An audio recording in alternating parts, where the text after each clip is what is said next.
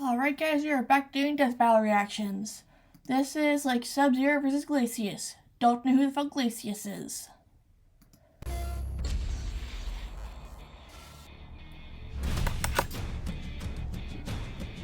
The freezing chill of death is a horrifying thought. Whether it comes from being alone in the mountains, submerged in the I hate being Antarctic, cold. Or if you're really unlucky, getting iced by one of these cool warriors. Wow, sorry, that was bad even for me. Sub-Zero, the cryomancer ninja of Mortal Kombat. And Glacius, the icy alien with a killer instinct. He's Wiz and I'm Boomstick.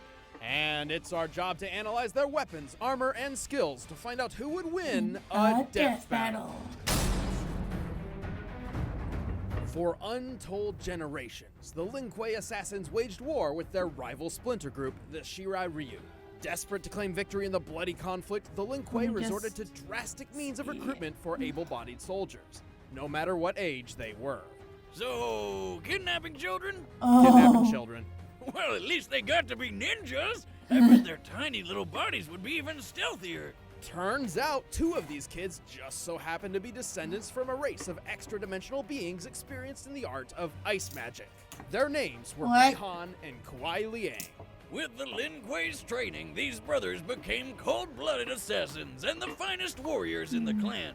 And whether it started as a joke or he just thought it was badass, Bihan adopted a brand new name, Sub-Zero. Sounds like an online username from your teenage years that you regret forever when you're older. Sub-Zero was so fierce and driven, he became directly responsible for the complete annihilation of the rival Shirai Ryu clan.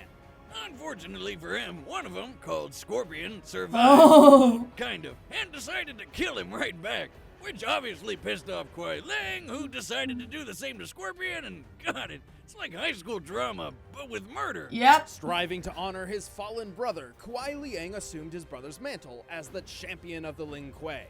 Sub-Zero was reborn. Sub-Zero. This new Sub-Zero is a master of Shotokan Karate and Dragon Kung Fu, and enhances his martial arts with his deadly cryomantic abilities. Subby can freeze the moisture in the air to I do would tons be of more stuff. commentary, He but can make I his will- own personal slip and slide, Allergies. perfect for surprise attacks. He can form all sorts of weapons out of thin air, like daggers, swords, or even ice hammers. But best Ice of all, hammers. the dude can make ice so cold it Oh, instantly freezes cool. anybody who touches Really it. cool. This can be achieved through Sub-Zero's Ice Frozen Blast gold. projectile, or the Ice Clone technique, both of which completely immobilize his opponent for devastating follow-up attacks. Did he just make a perfect sculpture of himself? Why doesn't he go into the ice sculpting business? Dude would make a killing. Yeah. Ooh, just, not the literal kind.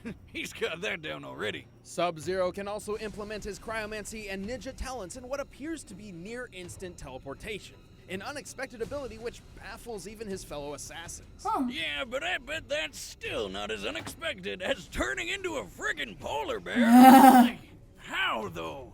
Fucking I wanna do animalities. And best of all, after subduing Yeah, like the polar bear is the most deadly of all bears. Because there's like a saying, if it's black, fight back. For like black bears that don't always look black, they come in like a variety of colors. If it's brown, lie down. For like grizzly bears and shit, you have to know what the hell that could like also lead to some trouble with like black bears, because sometimes black bears are brown. And if it's white, good night, because polar bears are designed to eat everything. They live in the Arctic. They will eat anything. his enemy, Sub-Zero has no qualms about tearing them to bloody shreds with one of his fatalities. Taking after his dear old bro's favorite form of murder, Sub-Zero can rip a person's head off with their entire spinal column in tow. This one's for you, Bihan. If he's Actually, I just remembered something about polar bears. Because of climate change, they're moving more towards onto like mainland North America, and they're mating with grizzly bears, creating grizzly bears and roller bears. So yeah, a new super bear. feeling particularly nasty, Sub-Zero will toy with his opponent. He'll encase their lower half in ice and force them to watch helplessly as he tears them in half. Or for a quick death, he'll put them in a deep freeze that shatters like glass. At most, it takes Sub-Zero approximately 4 seconds to freeze a person in place, which in real-world physics is completely impossible. To Damn. induce full-body frostbite in that time, he would have to lower the surrounding temperature to negative 6.5 million degrees Fahrenheit. Wow. That's a stupid amount of cold. Yeah. 13,000 times colder than absolute zero, to be exact, making it a temperature which literally cannot exist. Wow. Yet still not as cold as Looks my like magic ex-wife's ninja heart. shit. Ha! Anyway, Sub-Zero has more than earned his reputation as one of the most fearsome fighters in the Mortal Kombat universe. He's strong enough to break titanium statues with a Wow. single chop, quick enough to dodge an oncoming rocket, and he defeated some of the best warriors across multiple dimensions. Like the lizard dude Reptile, and Taven the half-god, who single-handedly defeated dozens of Lin Kuei assassins. He's beaten his rival for life, Scorpion, several times, and even took on Batman? Sheer willpower, he survived injuries no normal person could walk away from, like getting torched in the face by a flamethrower, or being double impaled through the torso, and then torched again. Whoa, that's a lot of fun. Like, how does he have any left? I know, right? Again, But super that pales in shit. comparison to when he underwent the procedures which turned him into a cyborg, and then was blown apart and reassembled into human form while still conscious. Oh. Damn, what a tough son of a bitch. But don't That must overestimate. have fucking hurt. Although Sub-Zero keeps company with powerful spirits, undead wraiths, and immortal gods, he's not one of them. He may have incredible powers, but he's still just a mortal man. Oh. Also, his emotional baggage and desire to live up to his brother's name has clouded his judgment more than once. But that didn't stop him from becoming Grand Master of the Lin Kuei. Nice. He changed their goals, turning them to the side of good, and even formed an alliance with his old rival Scorpion over a nice brunch. Life couldn't get any better. Until the plot Then they twist. found dragons. Shirai Ryu, dog. Lin Kuei scum! Oh. Death is more honor than you deserve. Beyond our solar system, advanced civilizations are treasure governed by planet. the 88 decrees. Should anyone dare violate these laws, they will find themselves targeted by the Galactic Marshals. AKA Space Cops. Ah. One of these alien officers was sent to Earth to investigate an eerie distress signal, but he was shot down by the world-dominating corporation called Goddamn you, Ultratech. You know, evil Walmart. Ultratech had reverse-engineered equipment from an alien crash some decades prior, the Roswell incident. However, yeah. the use of advanced technology by less developed species is a clear violation of the 88 decrees. Oh, come Like on. if you saw a chimpanzee pick up a flamethrower, it'd be awesome. Yeah, but I you'd want wouldn't- to take it away real quick. Yes. Determined to cor- I mean, chimps have technically gone to war. I mean, Google the Kombat chimp war. They have committed stuff that would be war crimes. I mean, seriously, they really fucked up one chimp's leg. And have you seen chimp attack survivors? They are missing their eyes, their privates, their fingers. It is fucked up. correct these wrongs and return Chip will home, fuck you the up. alien marshal set his sights on bringing Ultratech to their knees and recovering his lost technology. And if he couldn't, he'd just blow it all up. It Dude. was Ultratech who codenamed him Glacius. Don't let his name fool you. Glacius wasn't always known for his fancy ice powers. Actually, he comes from a race of aliens with weird telekinetic abilities. By manipulating simple molecular structures, Glacius can use the environment nearby to create armor around his inner body. This came in handy when his ship was shot down in Antarctica, and he lost his native shell. So he had no Oh. choice but to make a new shell out of ice, which permanently turned him into an abominable snow monster. Damn. With this new body, Glacius developed a fighting style to make the most of his new capabilities. Glacius prefers to fight at a distance, using his long-range ice-bending attacks. He can turn his limbs into huge ice lances to keep enemies at bay, create spiky hail projectiles, and even summon spires of ice right under his opponent. And did he just punch that guy with an ice sculpture of himself? More or less, that is the Shatter Technique, a powerful burst of energy which summons a mysterious uppercutting ice sculpture. Perfect for opening up some sweet combos on his foes. Still, for all his keep-away game, you'd think he'd be a total chump up close. But remember how he can move ice with his mind? Yep. Well, he can melt it too, including himself. By turning his body into liquid, he can evade oncoming attacks, surprise opponents from below with the aptly named Puddle Punch, and even completely dissolve people into nothing. Dude. And as an added precaution, he can summon extra ice to his body to serve as thicker armor. Though his molecular telekinesis is too limited to maintain this armor for long periods of time. He may be made of ice, but Glacius can still hit hard enough to launch opponents several stories into the air, including the 550-pound Fulgore units Ultratech is known for. He's cunning enough to... Hold on, I need to blow my nose real quick.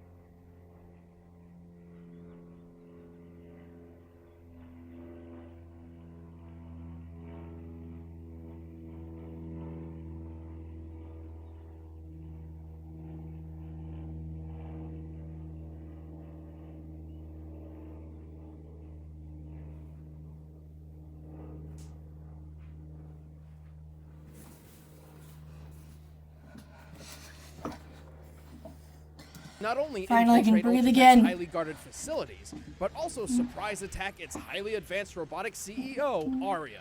Before making his move, by Arya's own calculations, Glacius was able to drop the temperature of the entire room by 122 degrees Fahrenheit in 0.026 seconds. That's a quarter of a tenth of a second. Just like Sub-Zero, he can lower a person's Sub-Zero temperature can- by like thousands of degrees to freeze his opponents completely Sub-Zero can do solid. that too. And then he makes them explode. Make it even with colder. his mind.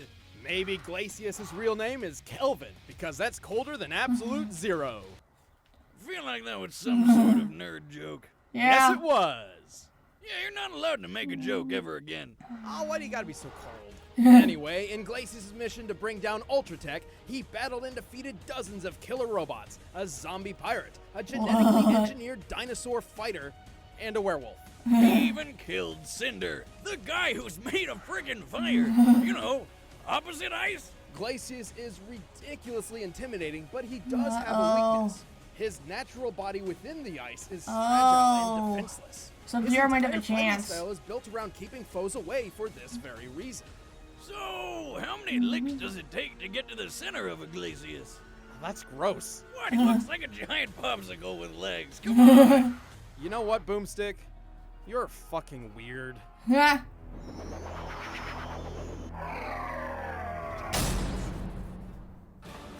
All right, the combatants are set. Let's end this debate once and for all. But first, all this talk of these cold people makes me think of refrigerators, which...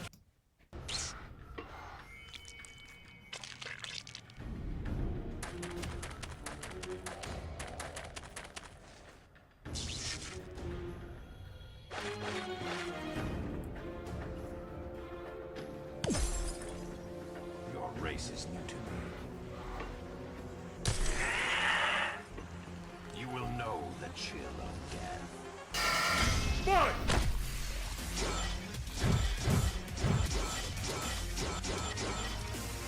Oh.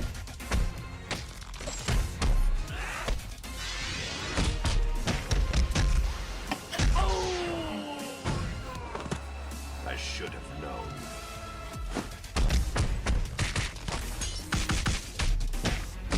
Come on.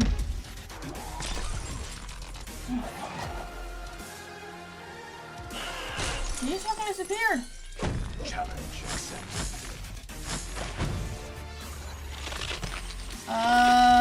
Formidable warrior, Okay. but you lack conviction. Which Sub-Zero is this?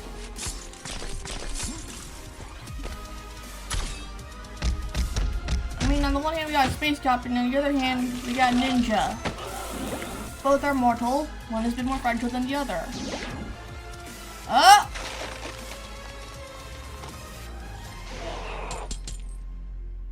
Oh, you fucking melted him. Oh! Oh, fuck.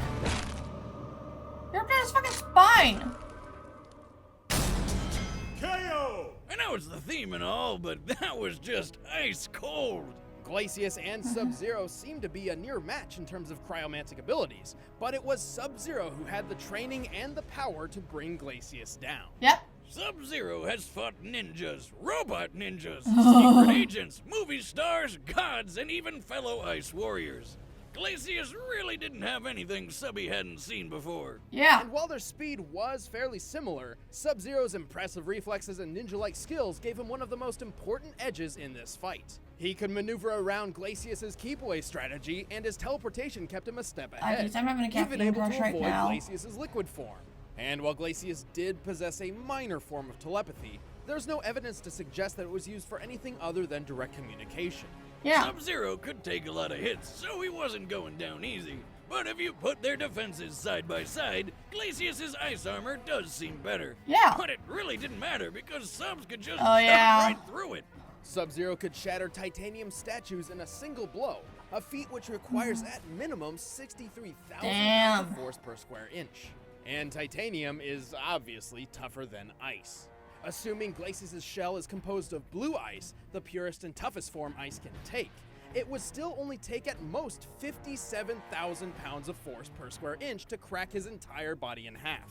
And he didn't even need to go that far. Just get to the squishy insides in the middle. I guess you could say that Glacius had his expectations shattered. Yep. The winner is Sub-Zero. That was a nice death battle. I will see you guys in the next one. Later.